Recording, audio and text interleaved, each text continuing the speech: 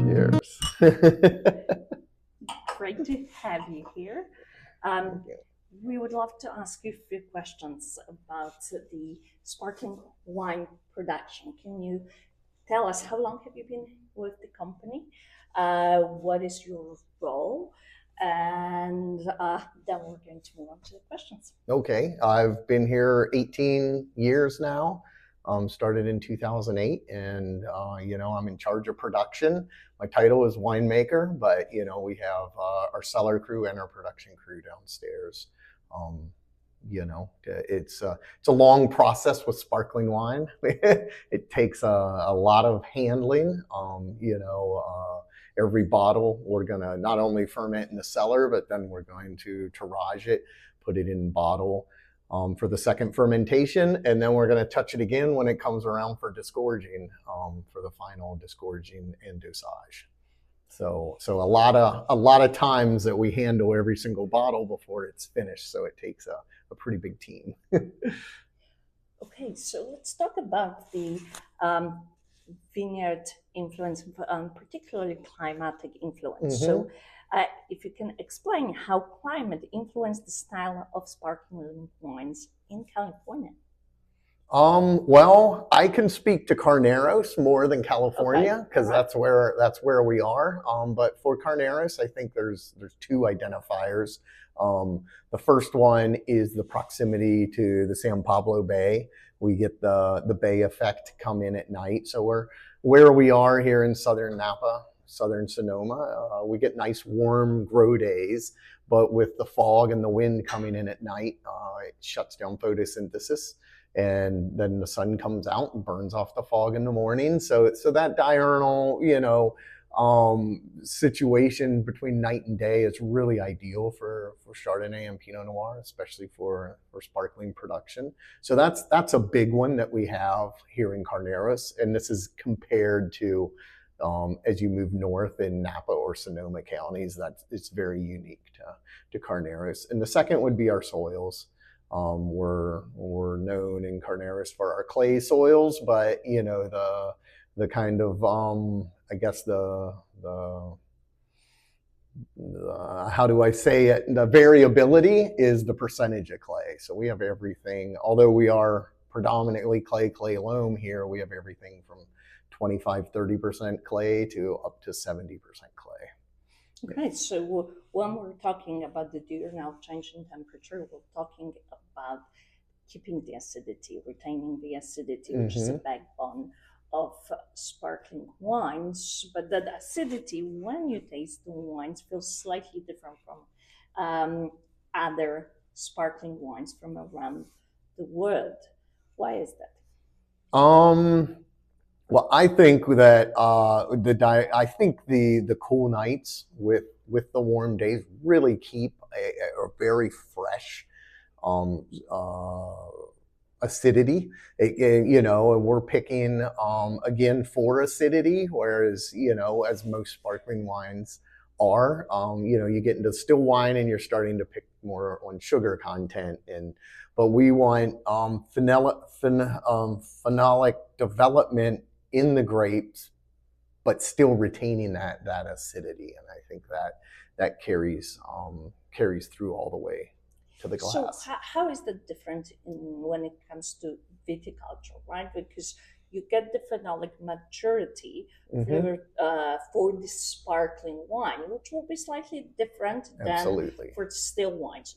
What is the difference? What is the difference in viticulture that you will address to actually grow grapes for sparkling wine, for high quality sparkling wine? Yeah, so interestingly enough, and it's kind of counterintuitive, for sparkling wine, you want to farm the vines a little bit heavier than you would for still wine.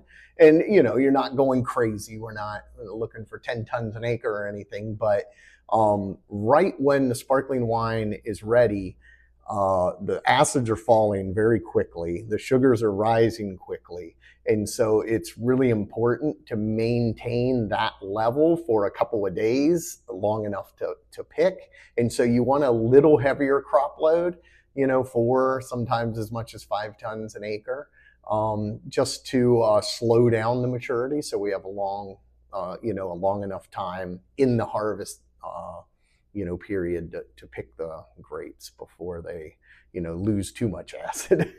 And so, I feel like that's kind of counterintuitive, because typically for high quality winemaking, less is more. You concentrate the flavors, and that's certainly the case typically in still wine, where you're going for more sugar, more sugar production. But we're looking to slow down the acid loss. I guess that's the best way of putting it. So as long as the drop in the acid is happening slow enough that we can have time to get it off the vine, that's ideal.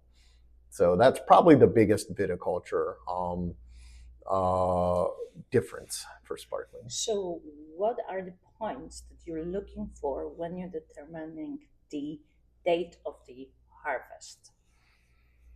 There's a classic, there's a very typical chemistries. We are looking at bricks, although for me, I feel like that's the least important number. We're looking at pH, we're looking at TA, the perceivable acid.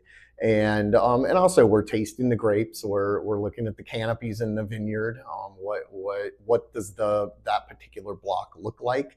Is it a happy block? Is it ready to carry? What's the upcoming weather? Is heat coming, and can this block sustain that, or do we need to get this off the vine ASAP? So there's a lot of variables that go into it that are just kind of, in the heat of the moment, we're looking at what's happening at that time. But to distill it down to very simple, it's the classic chemistries: bricks, TA, pH, and the phenolics, tasting the grapes and seeing where the maturation is at. So when the heat wave is coming, what are and your grapes, let's say they're not fully ready, what are the steps that you're going to take to prevent the loss of acid, or slow down the loss of acid, so you get that perfect balance? Well, by the time the heat's coming, you're kind of committed. But prior to that, we would leave a little bit more leaf cover, to protect the grapes, to keep them from getting sunburnt, for example. And we can even do that on half of the row. Like, we have the morning sun and the evening sun, and so we can leave half of it to open it up a little bit, but leave the other half to protect it. And that is one option that has worked pretty well for us. What about the water management? Water management, we will, that's a good point. We can give it a little water going into harvest.